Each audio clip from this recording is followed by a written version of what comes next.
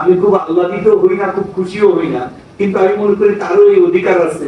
আমাদের কি করণীয় কর্মপরিধি আমি আপনাদের সকলের জন্য বলতেছি, এই জন্য যারা অনেকে কমিটির সদস্য না, তারাও জানবেন আসলে এই কমিটিটা কি কাজ করতেছে, এবং সেই কাজে যদি আপনারা সহযোগিতা করেন আমাদের জন্য খুব ভালো হবে।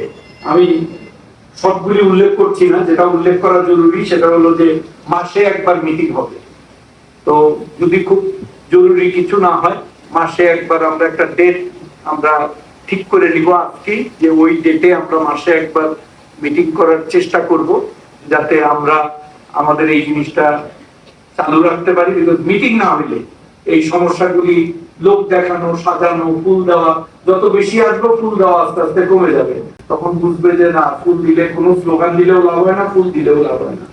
আমার নেতা হয়তো ফুল নেয় না, বাট আমি মনে করি যে যারা দিয়ে সন্তুষ্টি পেতে চায়, এটাও তাদের একটা অধিকারের অংশ।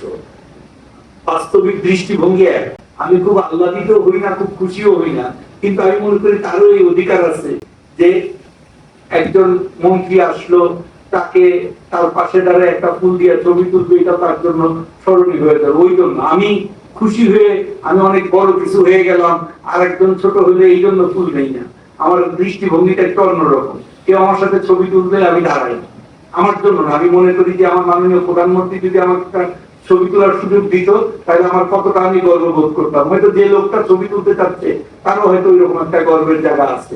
আমি ওই দৃষ্টিতেই ছবি তুলি। ব্যক্তিগতভাবে আমি ছবি তোলা খুব অপছন্দ করি, আর চাটকারিতা আমার নেতার চেয়েও খুব কম অপছন্দ আমি করি না, তার চেয়ে হয়তো বেশি একটু অপছন্দ করি আর কি।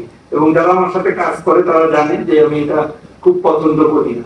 আমার কাছে একটু কটু কথা বললেও যে কাজে পারদর্শী, তাকে আমি বারবার ডেকে আনি এবং তার সহযোগিতায় আমি চাই।